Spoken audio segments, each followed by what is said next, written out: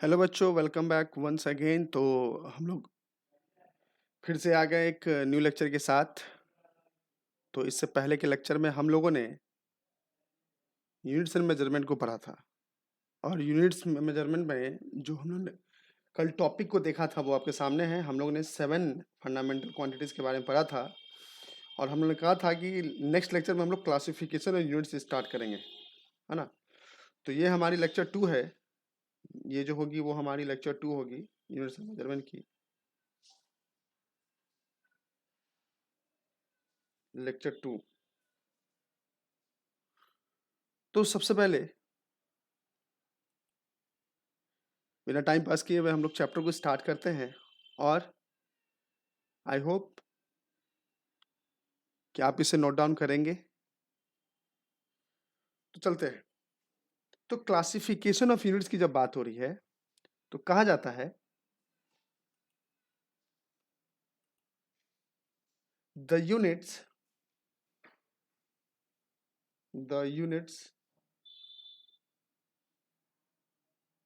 Of physical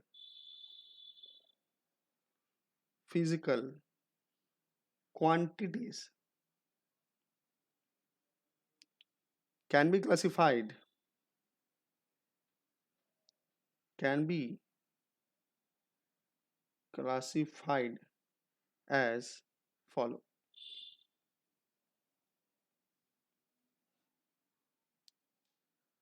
यानी कहा जा रहा है कि जो आपके यूनिट्स होते हैं उनको क्लासिफाइड किया गया है निम्नलिखित आधार पे।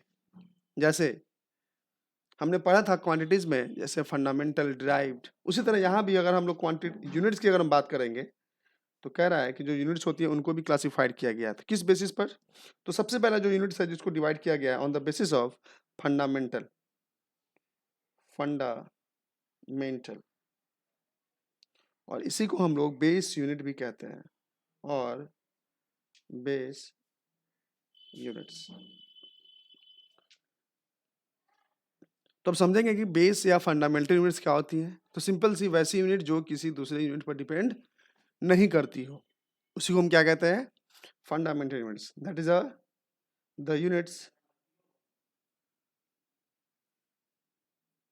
Of fundamental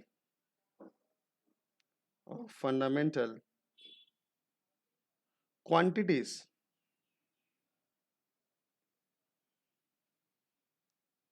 are called base units, या इसी को हम लोग फंडामेंटल यूनिट्स बोलते हैं। मतलब सिंपली हो गया कि फंडामेंटल क्वांटिटीज के जो यूनिट्स होंगे उसे हम लोग फंडामेंटल यूनिट्स बोलते हैं। और इसको हम दूसरे टर्म में भी डिफाइन कर सकते हैं, those unit which does not depend on any other units, that is a fundamental units. तो सेकंड है जिसको हम लोग बोलते हैं डिराइव यूनिट। Derive units. अब ये डिराइव यूनिट्स क्या होता है? मतलब वैसा यूनिट जिसको किसी दूसरे टर्म में एक्सप्रेस किया जाता हो, किसी दूसरे यूनिट के टर्म में अगर एक्सप्रेस किया जाता हो, या सिंपली भाषा में जो दूसरे यूनिट्स पर डिपेंड होते हो, उसे हम लोग डिराइव यूनिट्स कहते हैं। यानी the units of derive quantity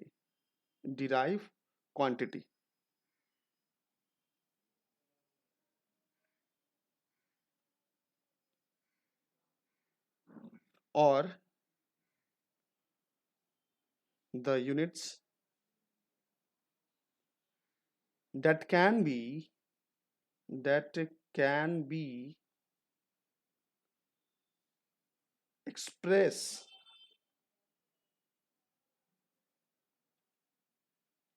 in term of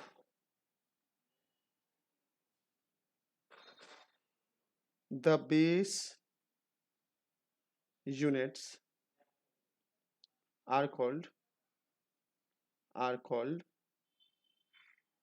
derived units। अब सवाल है फंडामेंटल यूनिट्स के एग्जांपल क्या होंगे।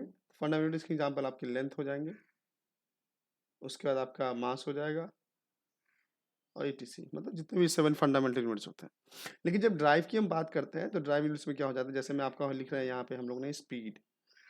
स्पीड और क्या होता है, डिस्टेंस बाई टाइम। यानी अगर स्पीड को हम v से दिखाते हैं, डिस्टेंस को हम लोग s से दिखाते हैं, टाइम को t से। लेकिन अगर इसकी यूनिट की बात करें तो डिस्टेंस की यूनिट होती है मीटर और टाइम की होती है सेकंड, यानी मीटर पर सेकंड इसकी यूनिट हो जाएगी। तो कहीं ना कहीं ये जो वेलोसिटी है इस मीटर और सेकंड दोनों पर डिपेंड कर रहा है, इसलिए हम लोग स्पीड को, सॉरी वेलोसिटी नहीं, स्पीड को हम लोग एक ड्राइव यूनिट्स बोलते हैं।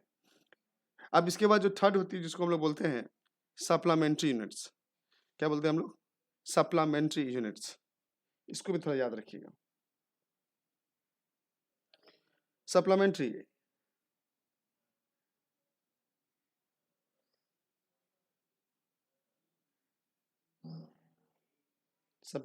Units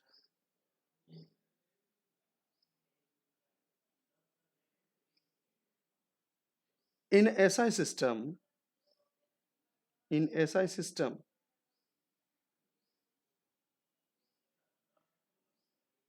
of units, two supplementary units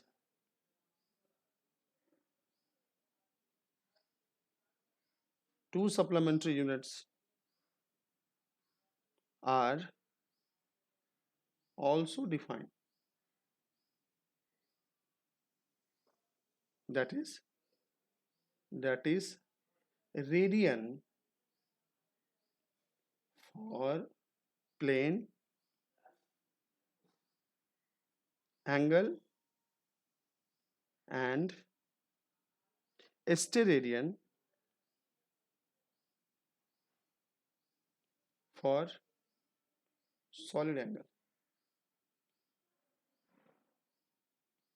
It means in international system of units, two supplementary units are defined. One is radian and the other is steradian. Radian used for measure the plane angle and the steradian is used for measure the solid angle. यानी हम simply कह सकते हैं इस दो supplementary units का use हम लोग ज्यादातर एंगलों को मेजर करने में करते हैं, है ना। तो रेडियन का यूज प्लेन एंगल को करने में और स्टेरेडियन का यूज सॉलिड एंगल करने में। अब ये प्लेन एंगल क्या है और सॉलिड एंगल क्या है ऐसे समझिए। अगर हम 2D फिगर की बात करो, किसकी, 2D फिगर की बात करो, तो 2D फिगर सपोज करते हैं ये आपका एक प्लेन शीट हुआ, है ना। और एक 3D फिगर की बात करते हैं, जस्ट लाइक ये आपका स्फीयर, ये। तो ये प्लेन अगर मान लीजिए सर्कल है तो क्या होगा, इसके साथ बनने वाला इस तरह का कोई एंगल होगा। तो कहता है इसके इस आर्क के द्वारा यहाँ पर जो एंगल बनता है थीटा, ये जो एंगल है इसी को हम लोग प्लेन एंगल बोलते हैं, प्लेन एंगल बोलते हैं। लेकिन सपोज कीजिए एक स्पेयर है, तो इस स्पेयर का एक मान लेते हैं छोटा सा एक पार्ट ले लेते हैं सपोज इस तरह का। तो इस कहता है इस पार्ट के द्वारा इसके सेंटर पे, यानी सेंटर मतलब इसके यहाँ,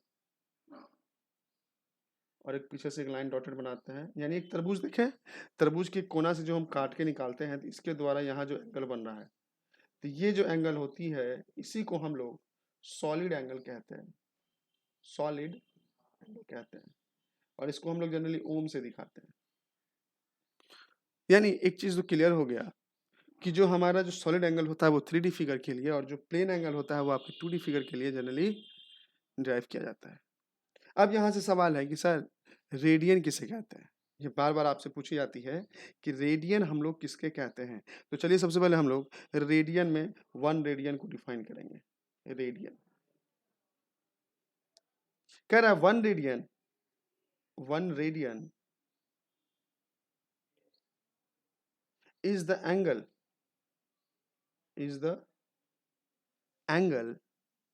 subtended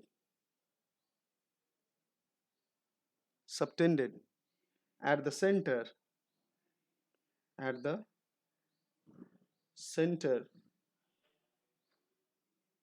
of a circle circle by an arc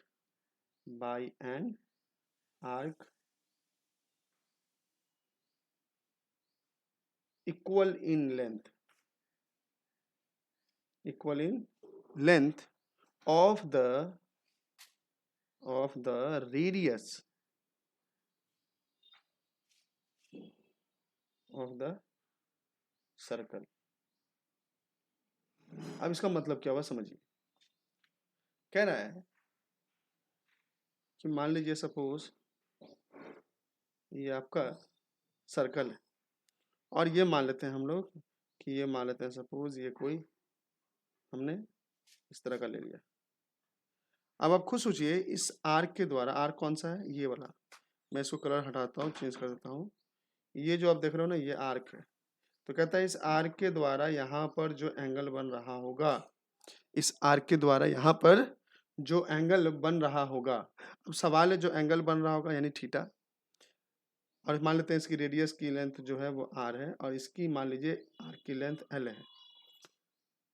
तो 1 रेडियन क्या कह रहा है, 1 रेडियन कह रहा है कि इस आर्क के द्वारा इस सेंटर पे जो थीटा फॉर्म किया गया, जो एंगल फॉर्म किया गया, वो जब लेंथ ऑफ आर्क जब रेडियस के बराबर हो जाए, यानी जो लेंथ ऑफ आर्क है जो आप देख रहे हो यहाँ, जब ये रेडियस के बराबर हो जाएगा यानी एल आर के बराबर हो जाए, तब उस आर्क के द्वारा सेंटर पे जो एंगल बनाया जाएगा उसको हम लोग बोलते हैं 1 रेडियन।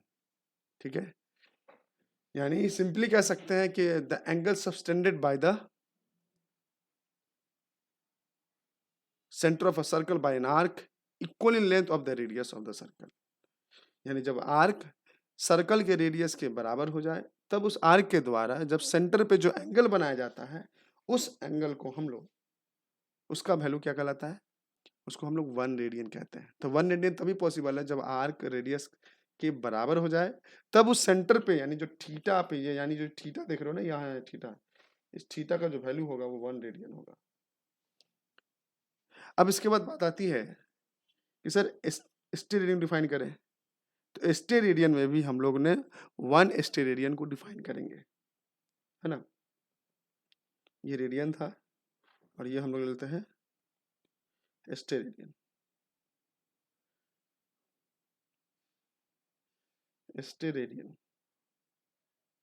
अब स्टेरेडियन क्या है भाई, तो कहता है 1 steradian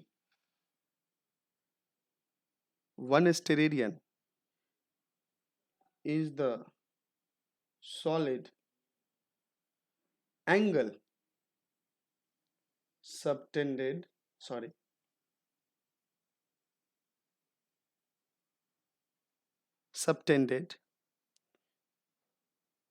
at the center of a sphere, center of a sphere by the surface of the sphere which is equal to the square of the radius of the sphere।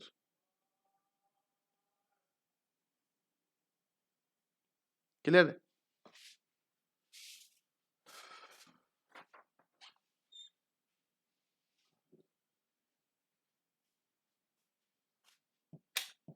मतलब क्या समझे, कह रहा है कि 1 स्टेरेडियन जो होती है वो कहता है कि सॉलिड एंगल।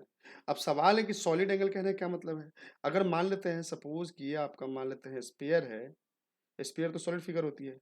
अब कहता है इसके सरफेस के द्वारा, तो मान लेते हैं कोई भी सरफेस लेते हैं, यहाँ से हम कोई एक छोटा सा पोर्शन हम काट लेते हैं, कोई भी काट लेते हैं, मान लेते हैं सपोज ये सरफेस को हमने काट लिया, तो कह रहा है इसके द्वारा जो सेंटर पे मतलब यहाँ पर जो एंगल बन रहा है, यहाँ पर जो एंगल बन रहा है वो कहता जब ये सरफेस यानी इसकी एरिया ए है और जब इसका रेडियस यानी जब इसके रेडियस के स्क्वायर के बराबर हो जाए, यानी वो जो सरफेस एरिया है किसके स्फीयर का, जब उस रेडियस के स्क्वायर के बराबर हो जाए, तो इस सरफेस के द्वारा जो मैं यहाँ डार्क कर रहा हूँ, इस सरफेस के द्वारा इस सेंटर पे जो एंगल बनेगा वो कहलाएगा 1 steradian.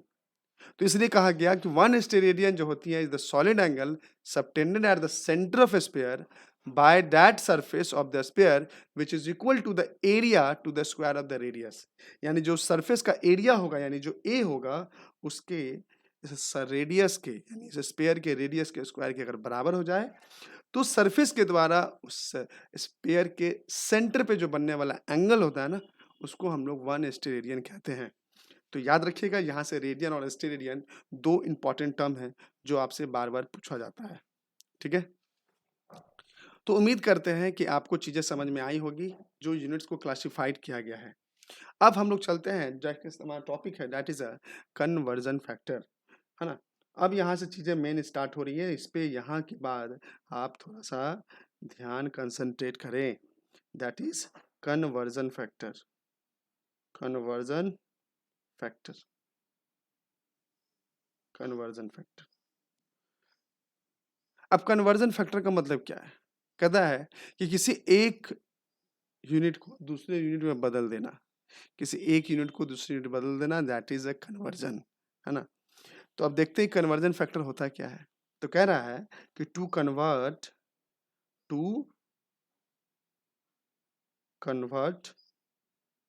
a physical quantity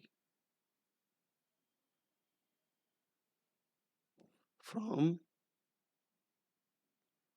one set of unit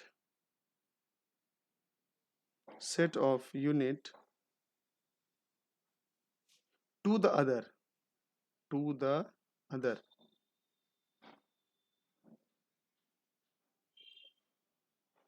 the required multiplication factor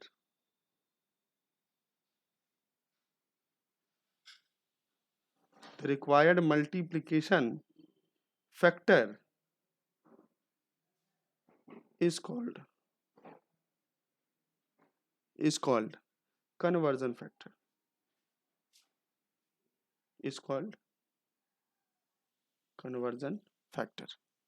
कहता है किसी एक यूनिट को, किसी एक सेट ऑफ यूनिट को दूसरे यूनिट में जो बदलते हैं, और बदलने के लिए जो मल्टीप्लिकेशन फैक्टर का जो रिक्वायर मतलब आवश्यकता या जरूरत पड़ता है, वही कहलाता है आपका कन्वर्जन फैक्टर, है ना? तो थोड़ा सा यहाँ पे एक समझने वाली बात है कि जब हम किसी भी फिजिकल क्वांटिटी को लिखते हैं तो कैसे लिखते हैं, थोड़ा ध्यान दीजिएगा। जैसे हमने लिखा लेंथ बराबर, मान लेते हैं सपोज 2 मीटर। तो लेंथ क्या है भाई? लेंथ एक फिजिकल क्वांटिटी है ना? और 2 क्या है आपका? 2 आपका न्यूमेरिकल वैल्यू है। ये 2 क्या है? Numerical value. और ये m जो है वो यूनिट है। और ये जो लेंथ है, ये लेंथ किसको बताएगी? मैग्नीट्यूड। वो भी किसकी? Magnitude of any physical quantity, simply हम कह सकते हैं। यानी किसी भी मेजरमेंट जो मैग्नीट्यूड होती है किसी भी फिजिकल क्वांटिटी की, वो किन 2 चीज से मिलके बना होता है? तो एक न्यूमेरिकल वैल्यू और दूसरा यूनिट। यानी सिंपली हम कह सकते हैं कि जब आप किसी मैग्नीट्यूड को लिख रहे हैं, किसी भी फिजिकल क्वांटिटी को, तो उसमें इंक्लूड 2 चीज ऑटोमेटिक रहते हैं, पहला न्यूमेरिकल वैल्यू और दूसरा उसका यूनिट। यानी एक चीज यहाँ से हम क्लियर करते हैं आपको, यानी जो आपका लिखाएगा मैग्नीट्यूड, एक minute, magnitude of physical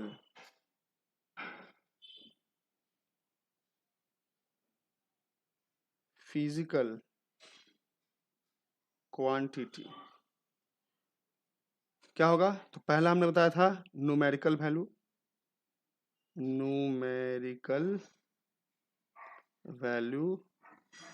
into unit. मैंने क्या बताया था दूसरा? Unit.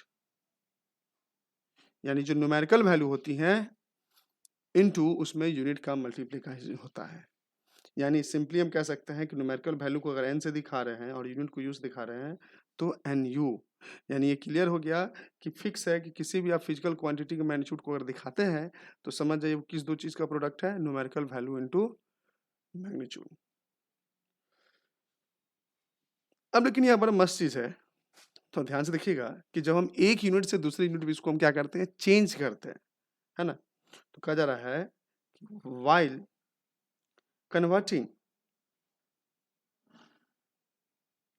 Converting from one set of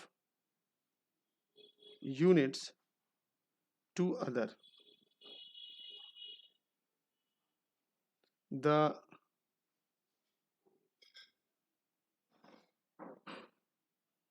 the magnitude of the quantity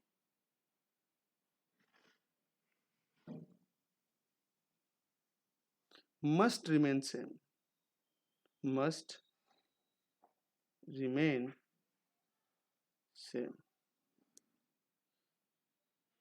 मतलब क्या कह रहा है कि जब हम किसी एक क्वांटिटी को दूसरे क्वांटिटी में कन्वर्ट करते हैं, तो जो मैग्नीट्यूड होता है उस क्वांटिटी का, वो ऑलवेज सेम होता है। ठीक है, वो ऑलवेज क्या होंगे, सेम होंगे। तो इसलिए कहा जाता है कि आपका एन और यू जो होगा, न्यूमेरिकल वैल्यू यूनिट, दोनों किसके बराबर होते हैं, तो याद रखिएगा कांस्टेंट। और जब हम कन्वर्ट की बात करते हैं, कन्वर्टिंग की बात करते हैं, तो याद रखिएगा कि N1U1 बराबर N2U2, ये एक फॉर्मूला है ना। और आप खुद सोचो, अभी मैंने ऊपर लिखा कि N1U1 क्या होंगे, यू जो होंगे वो क्या होंगे, कांस्टेंट। और जब कांस्टेंट हो जाएंगे तो डायरेक्टली वो साइन हटाएंगे तो कैसा आएगा, इसको हम ये लिख सकते हैं, इसी को हम ये लिख सकते हैं कि जो n होता है वो इनवर्सली प्रोपोर्शनल ऑफ 1/u, लिख सकते हैं। यानी ये आपका हो गया कन्वर्जन का फॉर्मूला। जो N1U1 होगा वो N2U2 के बराबर होता है। और यहाँ से दो चीज़ और सीखने को मिली कि NU का जो प्रोडक्ट होता है वो ऑलवेज कांस्टेंट होता है, पहला चीज़। और मैंने ये भी बताया कि यूनिट जो होती है, मतलब मैग्नीट्यूड, जो न्यूमेरिकल वैल्यू होते हैं, वो यूनिट का क्या होता है, रेसिप्रोकल। यानी सिंपली हम कह सकते हैं कि जैसे जैसे न्यूमेरिकल वैल्यू को आप बढ़ाइएगा, यूनिट की वैल्यू वैसे वैसे घटती चली जाएगी। सिंपल सी बात है कि अगर 1000 ग्राम लिखे हैं, तो 1000 ग्राम जो होता है, तो 1000 वैल्यू क्या है, न्यूमेरिकल वैल्यू ज़्यादा है। और जब हम यूनिट में कन्वर्ट करेंगे तो वो 1 kg के बराबर होता है। यानी गौर से देखिए, 1000 ग्राम था, अगर यूनिट चेंज किए तो 1 किलोग्राम हो गया। यानी न्यूमेरिकल वैल्यू बढ़ाइएगा तो यूनिट की वैल्यू आपको क्या होगी, घटेगी, है ना। तो यहाँ से एक जो चीज़ है, जो याद करने वाली जो चीज़ें हैं, उस पर थोड़ा सा ध्यान देने वाली बात है कि जो न्यूमेरिकल वैल्यू होते हैं, that is the numerical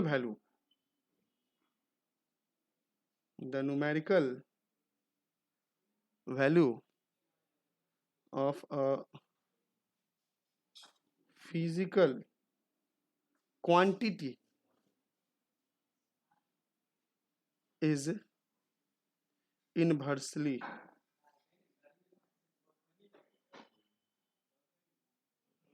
proportional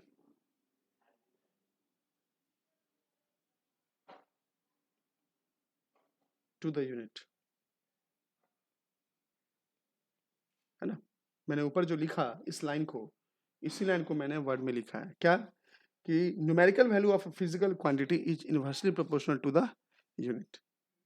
यानी आपसे ये मेंस में बार बार ये कभी पूछा भी गया है, नीट में ही पूछा गया है कि आखिर न्यूमेरिकल वैल्यू और यूनिट में क्या रिलेशन है। तो याद रखिएगा, न्यूमेरिकल जो वैल्यू होते हैं वो यूनिट का इनवर्सली प्रोपोर्शनल होता है। अब कैसे, इसको थोड़ा समझने की कोशिश करते हैं। कह रहे जैसे 1 मीटर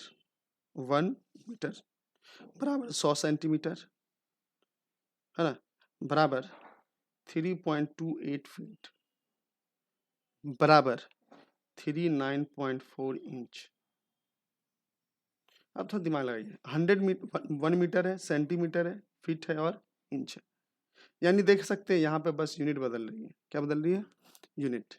लेकिन एक चीज देखिए, जब 100 सेंटीमीटर था तो 100 सेंटीमीटर कितने मीटर के बराबर, 1 मीटर के बराबर। यानी यूनिट को जैसे ही बढ़ाएं सॉरी न्यूमेरिकल वैल्यू को जैसे ही बनाएं, यूनिट देखिए क्या हो गई, मतलब जब हम न्यूमेरिकल वैल्यू को बढ़ाएंगे तो यूनिट घटेगा, और जब यूनिट को बढ़ाएंगे तो न्यूमेरिकल वैल्यू घटेगा। यानी 1 मीटर 100 सेंटीमीटर के बराबर हो गया। तो ये किस में थे, एसआई सिस्टम में, ये किस में है, सीजीएस सिस्टम में, ये किस में है, तो एफपीएस सिस्टम में। यानी न्यूमेरिकल वैल्यू तो सेम है गुरुजी, खाली चेंज हो रहा है कौन सा, आपका, आपकी यूनिट बदलते जा रही है। और क्योंकि हमने कहा था कि जो आपके न्यूमेरिकल वैल्यू यूनिट का जो प्रोडक्ट होता है वो ऑलवेज क्या होंगे, कांस्टेंट होंगे। यानी ये पूरा वैल्यू क्या है, एक आपका एक कांस्टेंट हो जाएगा, यानी एकदम फिक्स। ठीक है, आते हैं अब एक क्वेश्चन है, इसको हम लेते हैं। क्वेश्चन क्या समझिए, क्वेश्चन है the acceleration due to gravity is 9.8 meter per second square. Give its value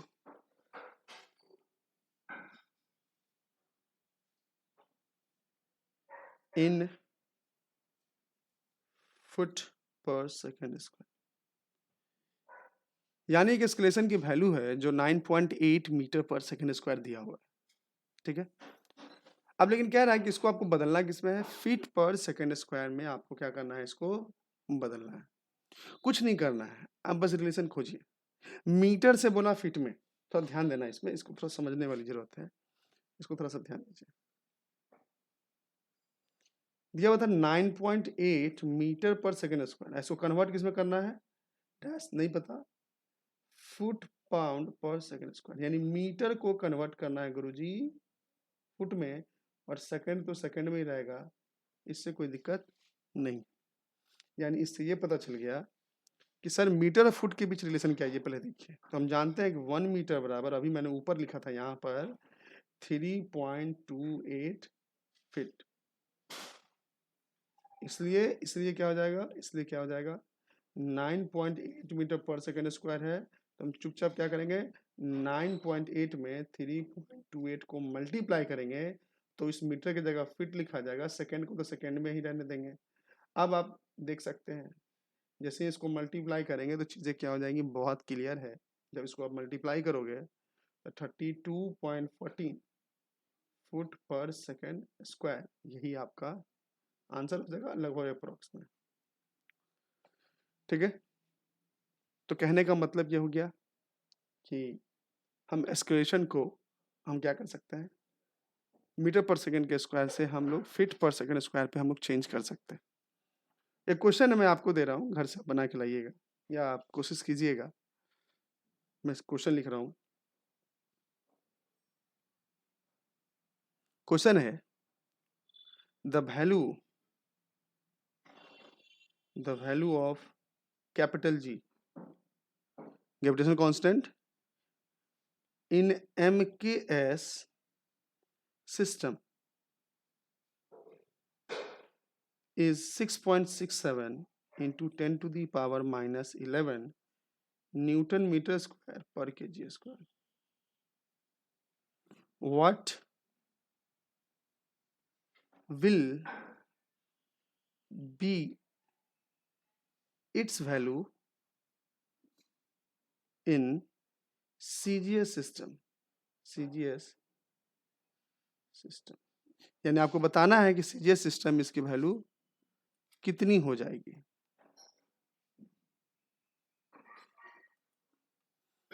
तो उम्मीद करते हैं कि आप बना के इसको देखिएगा, है ना। चलिए हमारा जो नेक्स्ट है, हम लोग नेक्स्ट टॉपिक की तरफ चलते हैं। इसे बनाइएगा आप जरूर, तो कि बनाने के बाद ही आपको पता चलेगा कि आपको चीज़ें क्या समझ में आई, कौन सी चीज़ें समझ में नहीं आई, है ना। इसको आप जरूर बनाइएगा, और वो भी सेल्फ खुद से, इसमें आप नेट का मदद लेंगे तो वो ज़्यादा सही होगा। चलिए, तो यूनिट के हम लोग ने पढ़ लिया, अब हम लोग पढ़ेंगे डायमेंशन के बारे में। तो डायमेंशन क्या होती है, जरा से उसको भी देखना बहुत ही ज़रूरी है। तो जो हमारी नेक्स्ट टॉपिक स्टार्ट होगी, दैट इज डायमेंशन। कौन सा? डायमेंशन। हम लोग ने यूनिट देख लिया था, हम लोग क्या देखेंगे? डायमेंशन। ऐसे लगा दीजिए डायमेंशन। तो चलिए देखते हैं डायमेंशन क्या होता है।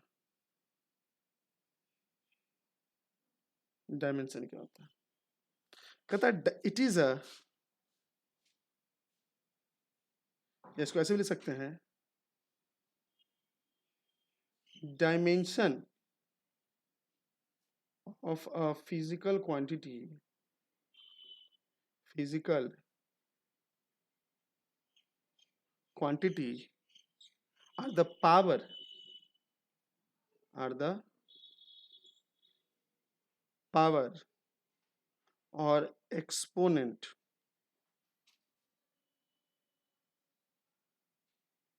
to which the base quantities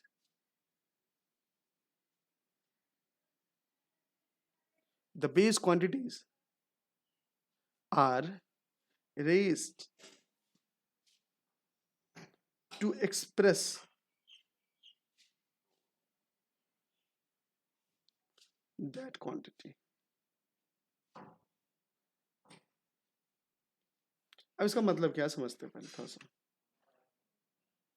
कह रहा है कि dimension of a physical quantity are the power और एक्सपोनेंट। पावर का मतलब समझते हैं ना, जैसे कोई भी नंबर है, कोई भी नंबर की पावर अगर 2 आ जाए, 3 आ जाए, तो उसको हम पावर कहते हैं और इसी को हम लोग एक्सपोनेंट भी बोलते हैं।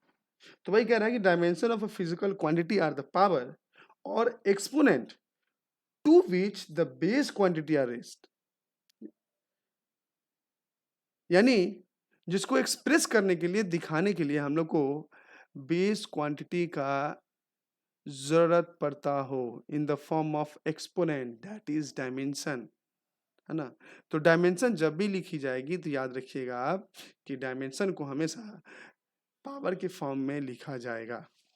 ठीक है, तो ये आपके डायमेंशन की डेफिनेशन है, इसे आप नोट डाउन जरूर कर लें। और इसके बाद बात आती है डायमेंशन फॉर्मूला। अब ये डायमेंशन फॉर्मूला क्या होता है वो भी देखते हैं।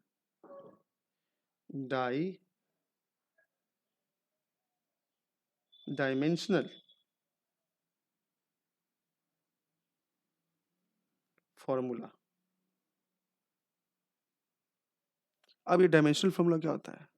तो कह रहा है कि the dimensional formula,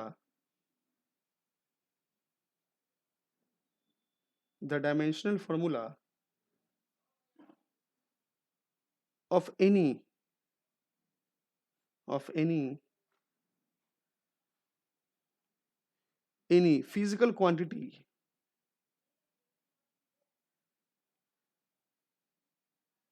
is that expression,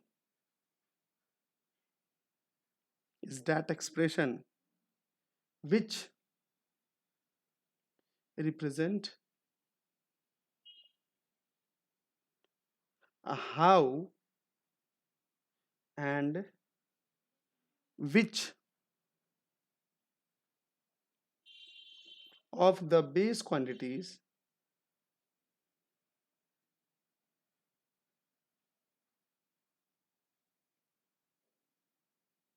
are included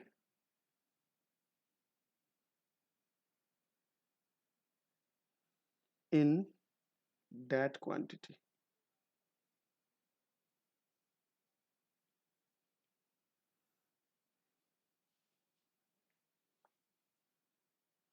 तो कह रहा है कि dimensional formula of any physical quantity is that quantity, that expression which represent how and which quantity are included in that quantity। कहता है कि डायमेंशनल फॉर्मूला जो होता है किसी भी फिजिकल क्वांटिटी के, उसकी जो एक्सप्रेशन होती है वो रिप्रेजेंट करती है कि हाउ एंड विच, कैसे उनकी जो बेस क्वांटिटीज है वो उनमें क्या है, इंक्लूडेड है। तो डायमेंशनल फॉर्मूला जनरली रिप्रेजेंट करता है the representation of the base quantities with exponent form. ठीक है, तो कहा जाता है कि it is retain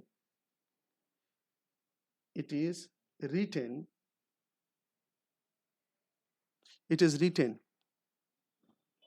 by enclosing the symbol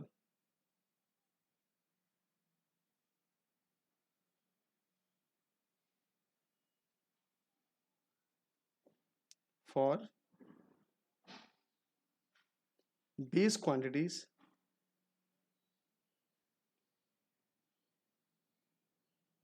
which appropriate power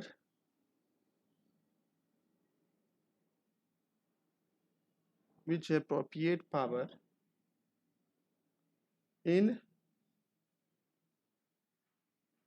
square bracket.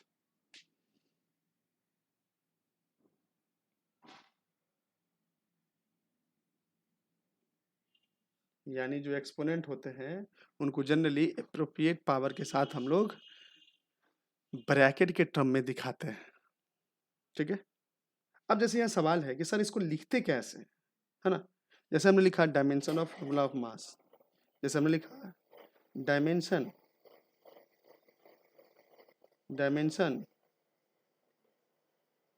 Formula of mass. मान लेते हैं सपोज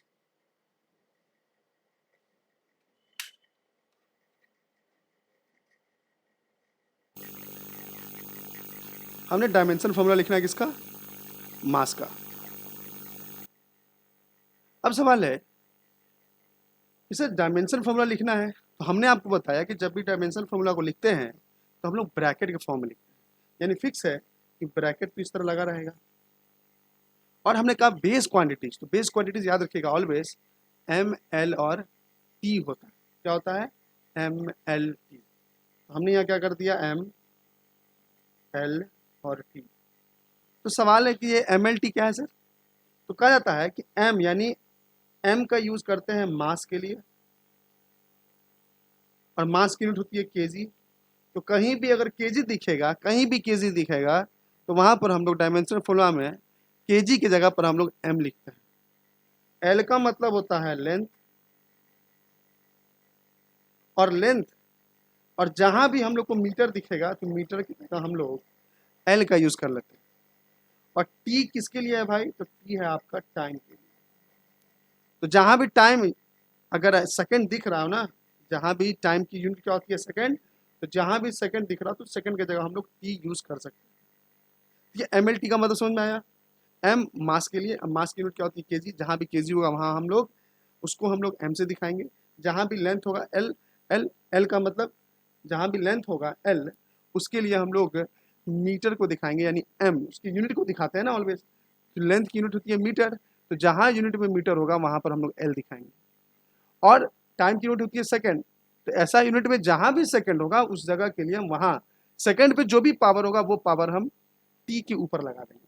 तो अब सवाल था, हमसे पूछा गया formula of dimension of mass, तो मास के लिए होती है यूनिट क्या होती है, मास की यूनिट क्या होती है केजी। गौर से देखिए केजी कुछ नहीं तो पावर क्या है 1, और यहाँ पर एल और टी नहीं है, यानी यहाँ मीटर और सेकंड नहीं है। इसलिए हमेशा याद रखिएगा जब भी हम लोग डायमेंशन लिखते हैं तो एस आई यूनिट के साथ लिखते हैं। तो मास की यूनिट क्या होती है केजी, और केजी की पावर क्या है 1, एंड चुपचाप इसको हम ब्रैकेट कर देंगे एम पे पावर 1। लेंथ मीटर तो नहीं था, यानी मीटर के लिए हम लोग एल लिखते हैं तो एल पे पावर 0 हो जाएगा। सेकंड तो है नहीं, तो सेकंड के लिए टाइम लिखते हैं कैपिटल टी, टी नहीं है इसलिए इस पे पावर क्या हो जाएगा 0, यानी यह डायमेंशन जो हो जाएगी m1 l0 t0। उसी तरह अगर हम लोग अगर हम लोग को कहा गया लेंथ का लिखने के लिए, dimension formula of length, dimension formula of length, तो लेंथ की यूनिट क्या होती है मीटर। अब मीटर को हम लोग कैसे दिखाते हैं, एम से दिखाते हैं। एम पे पावर कुछ नहीं, मतलब क्या है 1 है। आप देखिए यहाँ पर केजी नहीं है, सेकंड नहीं है, इसका मतलब जो डायमेंशन होगा वो एम पे 0 हो जाएगा, एल पे 1 होगा, और टी पे भी 0 हो जाएगा। सिमिलरली अगर हम डायमेंशन निकालते हैं किस टाइम का, तो टाइम की यूनिट क्या होती है सेकंड होती है ना, और सेकंड को हम लोग सिम्पली कैसे दिखाते हैं एस, एस पे पावर कुछ नहीं तो क्या है 1 है, इसलिए डायमेंशन इसका क्या हो जाएगा एम तो 0 रहेंगे, एल भी 0 रहेंगे, बट टी पर क्या हो जाएगा 1। तो एम एल टी का आप देख सकते हैं डायमेंशन आपका क्या है। कहने का मतलब लेंथ, मास और टाइम, हमने तीनों का डायमेंशन देख लिया। तीनों के डायमेंशन से ये पता चला कि जो यूनिट होती है उस पर पावर 1 रहेगा तो 1 आ जाएगा, और बाकी सबको हम लोग क्या कर देंगे, 0 कर देंगे। उसी तरह एक छोटा सा और एक और एग्जाम्पल लेते हैं आपके सामने। जैसे हमने लिया वेलोसिटी का, और हमको पता है वेलोसिटी बराबर क्या होता है, वेलोसिटी बराबर डिस्टेंस बाय टाइम। डिस्टेंस को ऐसे दिखाते हैं, टाइम को टी से। अब आप ही सोचिए डिस्टेंस क्या था, और डिस्टेंस की यूनिट क्या होती है, मीटर, और टाइम की यूनिट क्या होती है, सेकंड। जब इसको ऊपर ले जाएंगे तो हो जाएगा एम एस पे पावर -1। ये क्या हो गई, इसकी यूनिट हो गई, वेलोसिटी की क्या हो गई, ऐसा यूनिट हो गई। अब इसका डायमेंशन यदि बोल रहा है तो डायमेंशन हम यहीं से लिख देंगे, डायमेंशन ऑफ वेलोसिटी, यहीं से आग बंद करके। केजी देखिए ऊपर वाले यूनिट में केजी नहीं है, इसलिए एम पे पावर क्या हो जाएगा, 0। एम है तो एम, एम के लिए क्या लिखते हैं, एम क्या है, मीटर, मीटर किसकी यूनिट है, लेंथ की, यहाँ एल लिखेंगे, एल पे पावर 1 है। और सेकंड का इन्वर्स था, यानी सेकंड किसके लिए, टाइम के लिए, यहाँ टी लिखेंगे, बट पावर में -1 आएगा, क्योंकि देखिए इसके पावर में यहाँ -1 था तो यहाँ भी -1 आ जाएगा। तो ये है आपका डायमेंशनल फॉर्मूला, ठीक है। तो इस चीज़ को याद रखिएगा कि हम लोग डायमेंशनल फॉर्मूला में जनरली हम लोग MLT के फॉर्म में रिप्रेजेंट करते हैं। और आज की last topic that is a dimensional equation. आज की लास्ट टॉपिक जिसको हम लोग कहते हैं डायमेंशनल इक्वेशन। Dimensional equation. अब ये डायमेंशनल इक्वेशन क्या करता है, तो कह रहा है कि the equation obtained by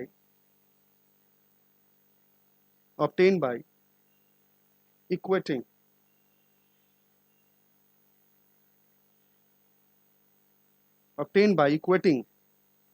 a physical quantity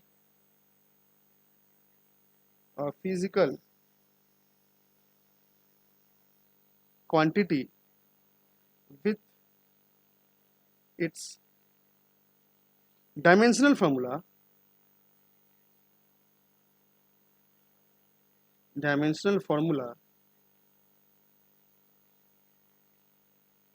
is called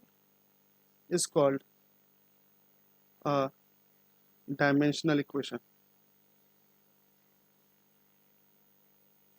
dimensional equation मतलब क्या हुआ, कहता है कि जब किसी भी इक्वेशन को जब हम ऑब्टेन करते हैं उसको फिजिकल क्वांटिटी के साथ यदि हम उसको डायमेंशनल फॉर्मूला के साथ अगर हम रिप्रेजेंट करते हैं, किसी भी फिजिकल क्वांटिटी को यदि हम डायमेंशनल फॉर्मूला के साथ रिप्रेजेंट करते हैं विथ ब्रैकेट, याद रखिएगा विथ ब्रैकेट, तो उसको हम लोग डायमेंशनल इक्वेशन कहते हैं। जैसे हम लोग ने अभी ऊपर पढ़ा कि वेलोसिटी की जो डायमेंशनल फॉर्मूला होती है, मैंने यहाँ आपको बताया था वेलोसिटी की डायमेंशनल फॉर्मूला क्या होती है, m0 L1 t की पावर -1।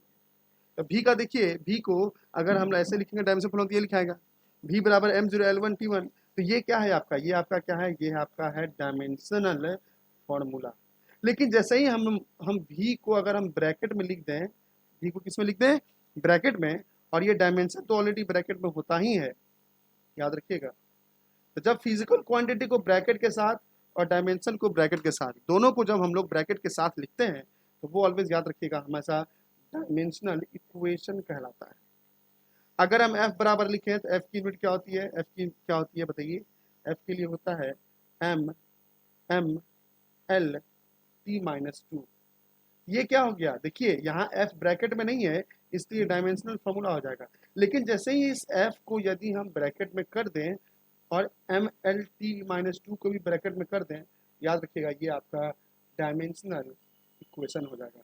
तो मैं बार बार df और de लिख रहा हूँ शॉर्ट में, df का मतलब डायमेंशनल फॉर्मूला और de का मतलब हो गया डायमेंशनल इक्वेशन। तो इस तरह हम लोग क्या करते हैं, डायमेंशनल इक्वेशन को राइट डाउन करते हैं। तो आज की हमारी ये टॉपिक थी डायमेंशनल इक्वेशन तक। आज की लेक्चर को हम यहीं पे ख़त्म करेंगे। आई होप लेक्चर आपको अच्छी लगी होगी। अगर आप फेसबुक पेज पे देख रहे हैं तो ज़रूर पेज को फॉलो करें, वीडियोस को लाइक करें, शेयर करें, और अगर यूट्यूब पे देख रहे हैं तो ज़रूर चैनल को सब्सक्राइब करना ना भूलें, ताकि आने वाले जो भी लेक्चर्स हैं वो सबसे पहले आपके तक पहुँच जाए। तो चलिए आज की क्लास ख़त्म करते हैं। Bye bye, thank you, nice day, take care.